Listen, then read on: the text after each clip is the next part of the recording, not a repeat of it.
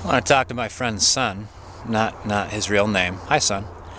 I'm going to talk at length, and I'm going to just kind of let my mind wander. Sun, I didn't really think too much about your question, though it has been something I've been thinking about, I guess, all my life. So I'll just see what I say.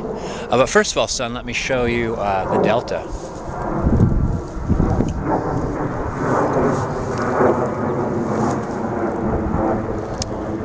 Isn't that awesome? I love the Delta. And I come here very specifically because out here are people that have come for a specific purpose. Like, look at those people.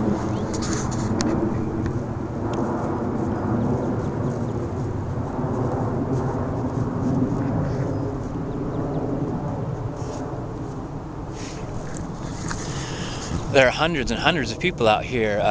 They come out here to walk their dogs. And people smile at you, and you know, no one really talks too much, though you can. But you pet other people's dogs.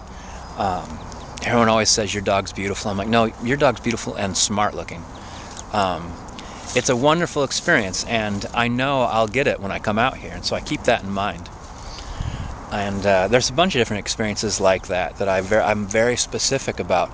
Like when I go on long bike rides, I try to go in places where I won't be mixed in with traffic or pedestrians.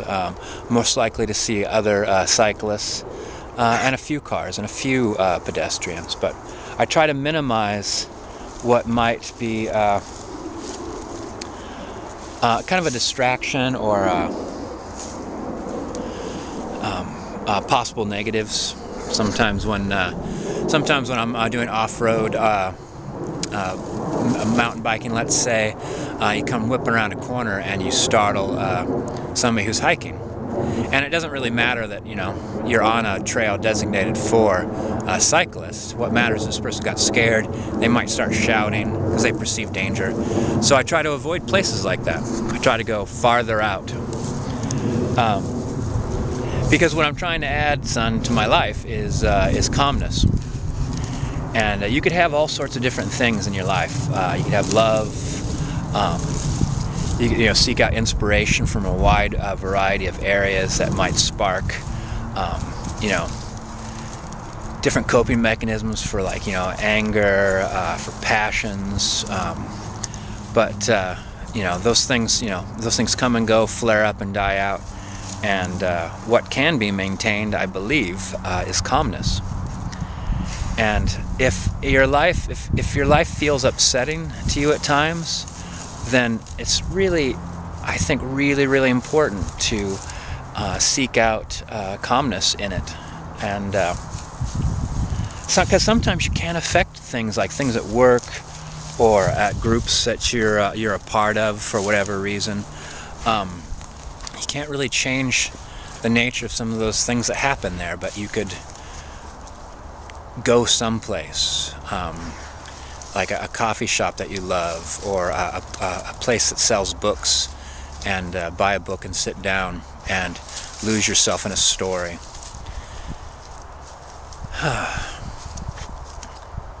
Because I think that a lot of the negative things that happen in life, they're very important. There's no denying it. But they are unavoidable bumps in the road. They're not the road. Though you could focus on this bump and remember all the ones you've had in the past, and then you could kind of keep track of the things that pardon me, the things that go on for others, either in your immediate surroundings or in your country or in the world, and you can just think, oh my gosh, things are terrible, and terrible things are happening, but life isn't terrible. You're not terrible, Sun. So if things feel upsetting, if things feel all these different things, then what you can do about it is how you react to it.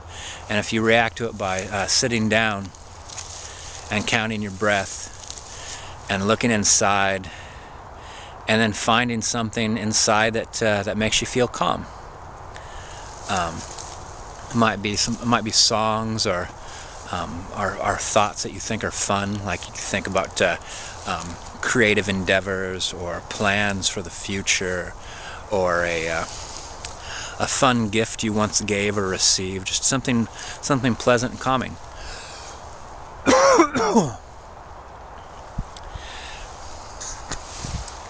And I think that when you start seeking out like calmness inside you, it really starts highlighting where upset comes from.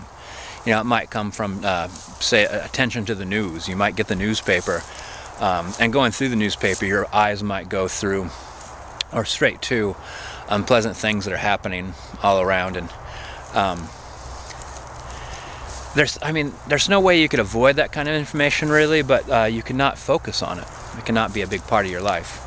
The same thing with some people. Some people are, pardon me, are kind of sources of upset. Some people are very upsetting, and some people are very upset. And